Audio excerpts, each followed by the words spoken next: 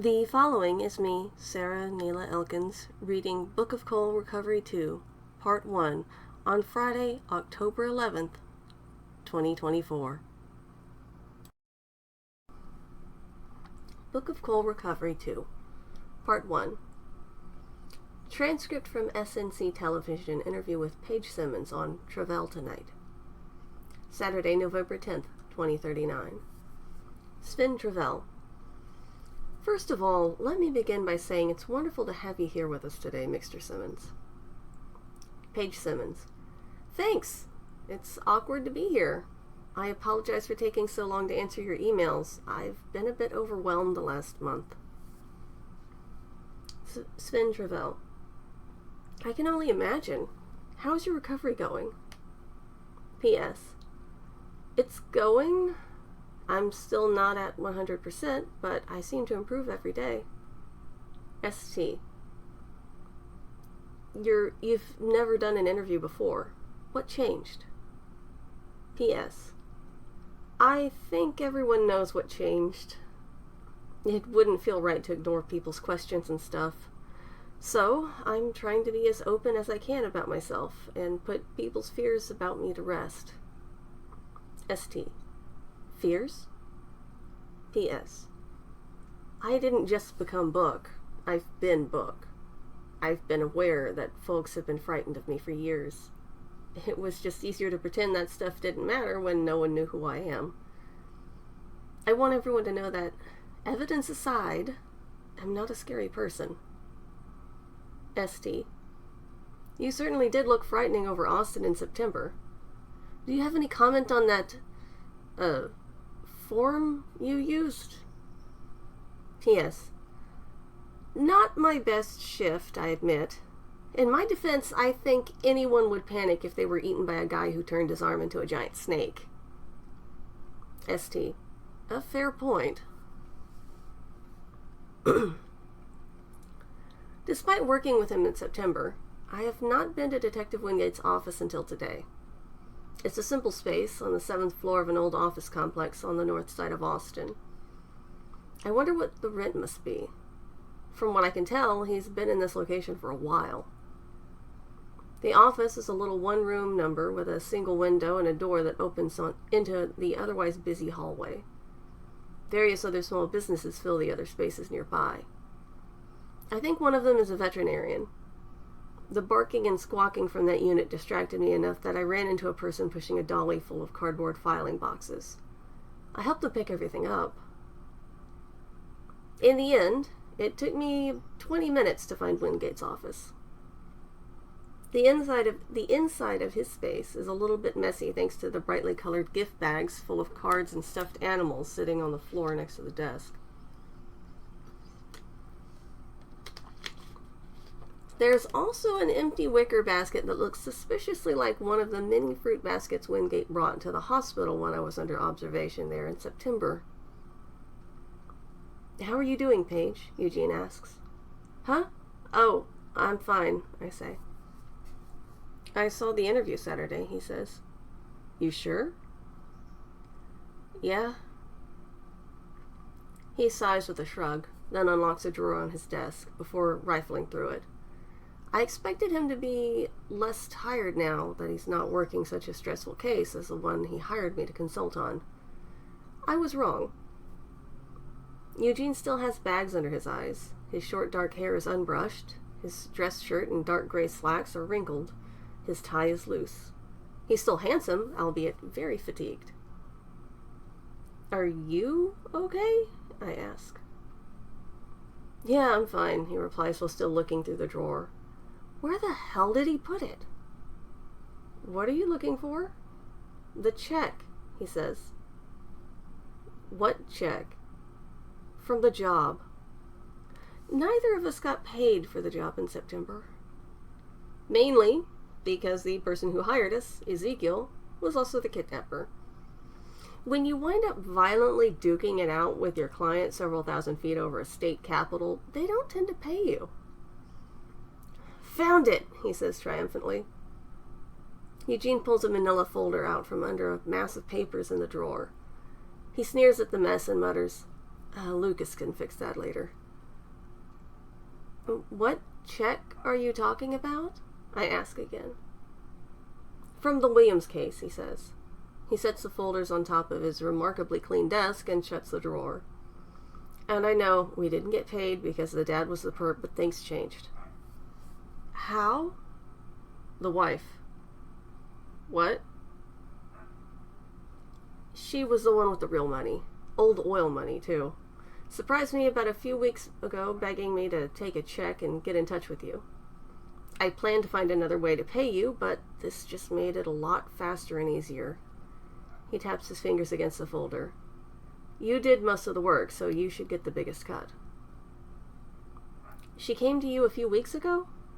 I tried turning her down. The woman's been through hell. I probably would have done the same. What did she say? She countered with a higher number. And? I still said no, and she left.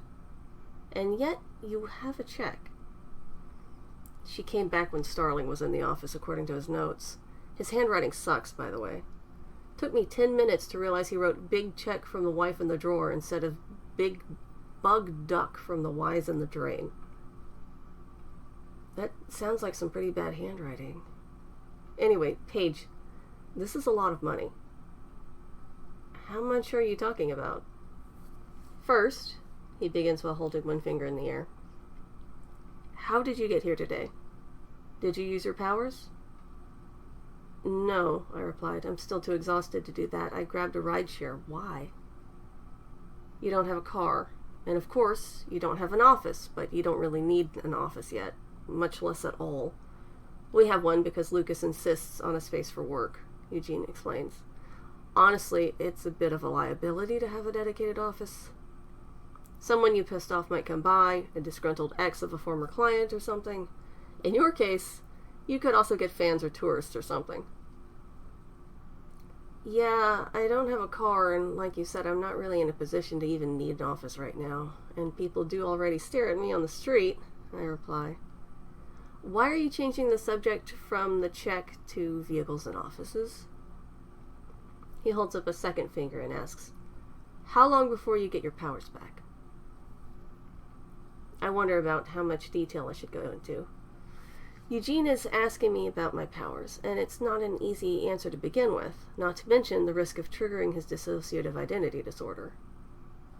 I'm one of only 2 Class S's known to have hit their cooldown period, and the other one, Ezekiel, was in a medically induced coma somewhere, last I heard.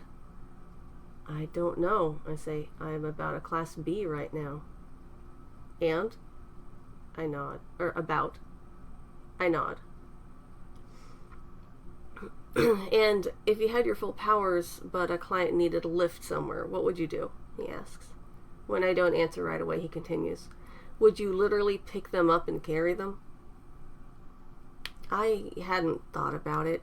Maybe? I'd have to be careful. When you and Starling left the Williamsons' house, after it got trashed, y'all had our car, he says. He's not aggressive as he continues, but I can tell he's straining himself a bit.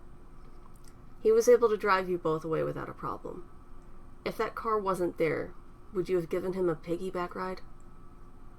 I'm sorry. What? I don't know. You guys aren't easy for me to talk about, Eugene says. It's not as hard for me to talk to you, but there's reasons I'm not letting you have this money discussion with Starling. Okay. In that case, I guess if your car had been destroyed, I might have offered to pick Starling up so we could leave. He really didn't want to hang around for the cops. That's Starling, all right, Eugene says with an amused huff. What's your point? You need a car, Paige. He taps the folder. And this is more than enough money to buy you a decent one. I sit there stunned for a moment. How much is it? A lot. How much is a lot, Eugene? Biggest check I've ever seen for a detective gig, he says. I can and will give it back or tear it up, but I think she'll just keep trying to pay us. Legally, we were hired by her husband. He wound up being the perp. Taking the money might make things a bit hairy when the case finally gets to trial. I am not looking forward to my DID coming up during that. It doesn't have to come up, I say. I won't mention it. It will. He rubs his eyes. It's already a matter of record from when I was a cop. I wasn't the only person to develop DID from trauma on that day. There's less stigma about it now than 11 years ago, but believe me, it is going to come up during the trial. Thankfully, both my alters are competent detectives. It's just fucking exhausting. How would it look if we use this money to buy me a car?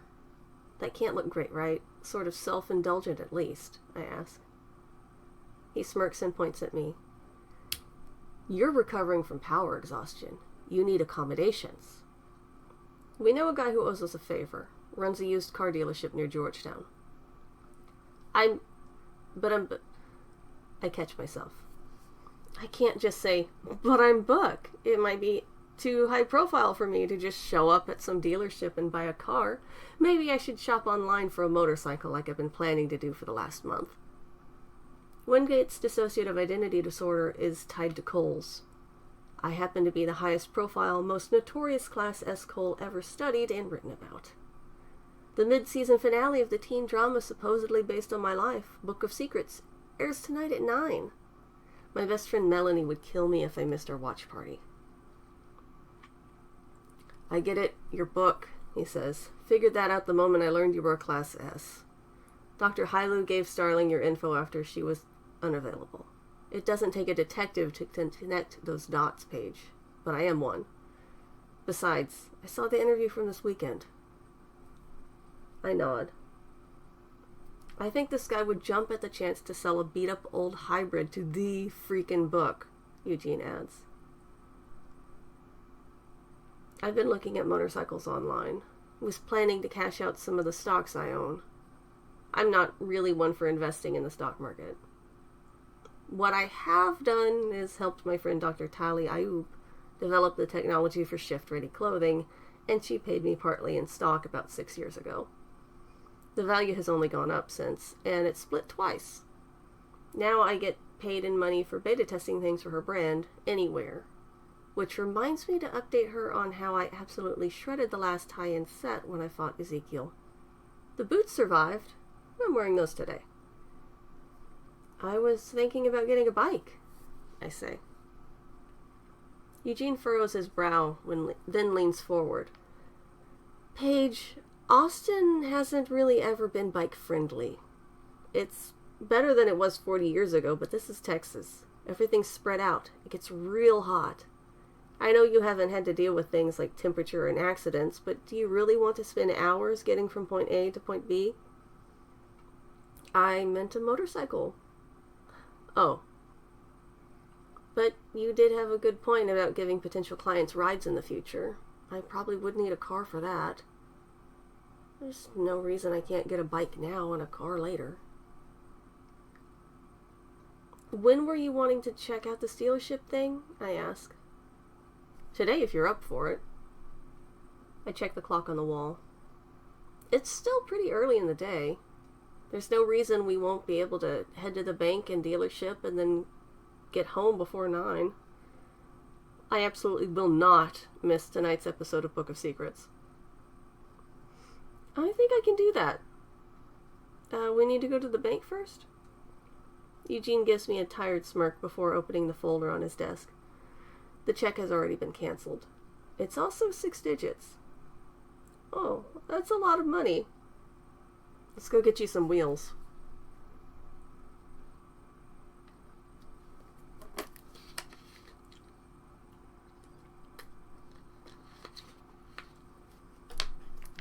Recovery 2, Part 1.2. Traffic from Austin to Georgetown isn't great. We stop at a Burger Hat to eat lunch. It's chilly and damp outside, which leads us to eat at a booth inside. I can't help but notice a few of the staff members taking photos and filming us while we eat. I am able to keep myself from inadvertently becoming invisible, at least. You also need to get some better clothes, Eugene comments as he finishes his fries. He points at me with a french fry. What happened to that nice suit you had? Shredded, I say between bites. He raises an eyebrow. It was shift-ready wear. Got destroyed during the fight. Right, that weird magic fabric shit. It's not magic, I say. We just don't entirely know why it works. That sounds like magic. Any sufficiently advanced technology is indistinguishable from magic, I reply. See, Arthur C. Clarke agrees with me. Traffic, after a meal, is mildly better. I put my phone on vibrate and feel it buzz in my pocket from time to time. I finally check it to see 10 texts from Melanie about my apparent trending on social media because I ate at Burger Hat with Detective Wingate. She sent me screen caps from a few posts that include comments about that hot guy in the trench coat. There's one person asking where I got my jacket. It's cheap and made of black denim. I ordered it off Scythian so I didn't have to leave the house. You okay? Eugene asks as we approach the used car dealership. Yeah, just wishing I had a little less control at lunch and really did go invisible instead of becoming the hot gossip of the day online, I say. No, wait, probably would have made it worse. Eugene glances over at me. Because of the pics? I am kind of famous. He lets out a tired huff of a laugh. That is an understatement. I sink down in the passenger seat. Eugene pulls us into the parking lot at the dealership before finding a space. He waits a minute or two before opening his door. You can stay here in the car if you want. This guy isn't going to be happy to see me. I'm not even sure I can convince him to sell you anything, but he does owe me. I think I need to clear my head by walking around a little, if that's okay. Yeah, sure, just be ready to jump in the car and go if this goes south, Eugene replies. Ray's Used Cars isn't a large dealership. It's apparent by the place that had a former life as a fuel station in some distant past. Colorful feather-style flags waft on poles on the side of the lot that faces a highway. Sun-faded pennant streamers flap along the front of the building, and an ancient gas station canopy below the solar panel arrays that have been outfitted on the top of each. The sound of air-powered tools buzz loudly from the maintenance bay as I meander through the lot. Eugene heads into the main building. He isn't in there for more than a minute before he's run back out.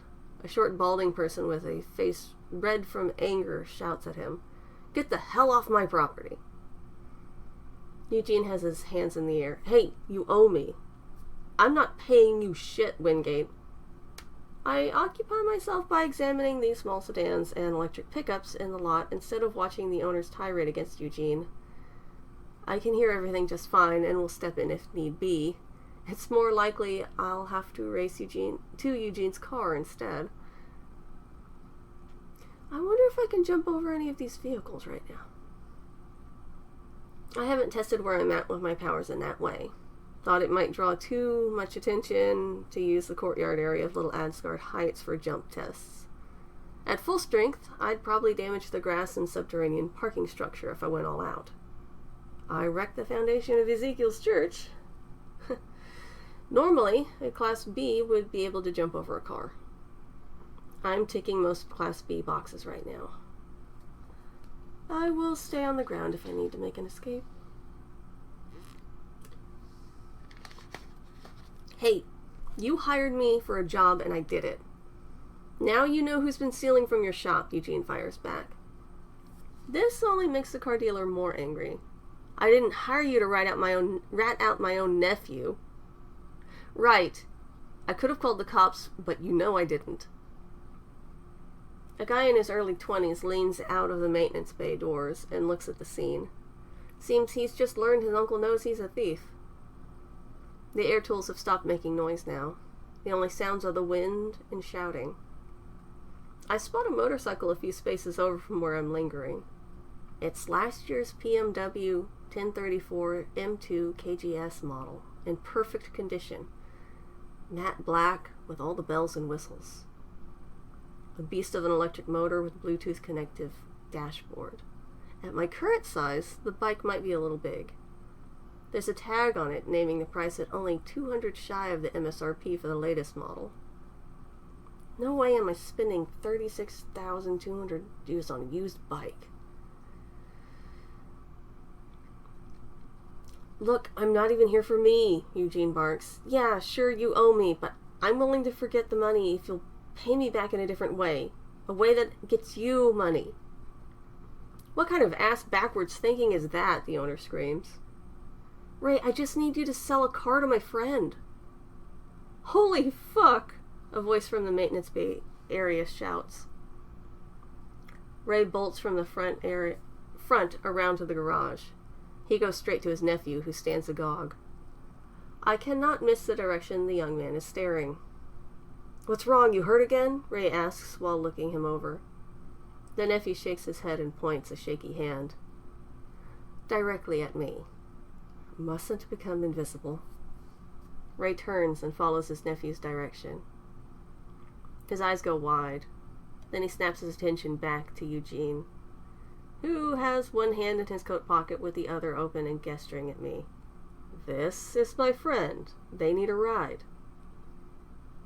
The car dealer turns back towards me and stares for a moment before shaking his head and repeatedly saying, No, I can't.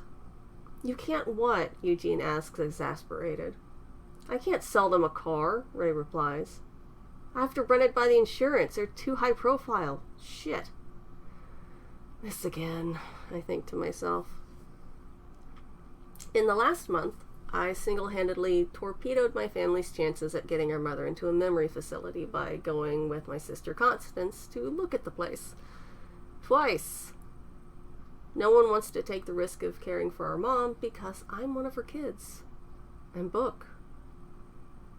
For the last 10 years, children have been told to behave, or the scary class S named Book is going to show up and eat their kidneys in the night.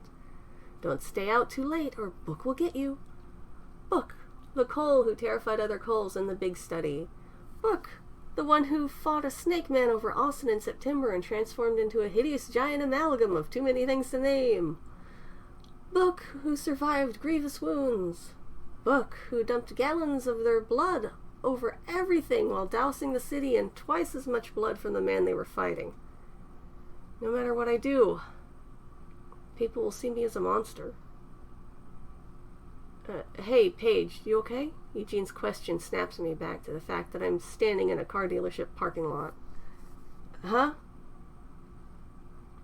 Ray says we can come back tomorrow after lunch. He needs to make some calls, Eugene explains.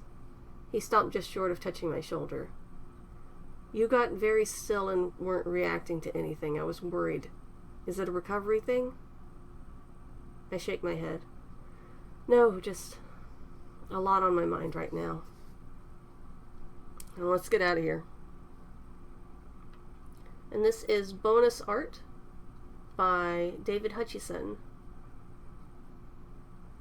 which I think is fantastic. I loved how he drew this. He made Paige so spoopy. And he made Wind Get So Hot. That is the end of part 1. If you've enjoyed listening to me read Book of CoL Recovery Part 2, Part 1, feel free to check out the series on Tapas, where you can read it in its entirety for free.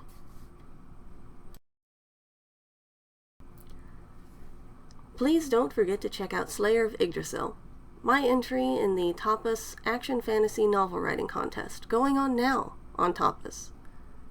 Rebecca Holt is flung into a magical world and then immediately possessed by a flesh-eating sentient machine known as Attertangi. Will she be able to defeat the corrupted world tree Yggdrasil? Like, subscribe, and read to help give me a chance to win the contest. Thanks. Bye.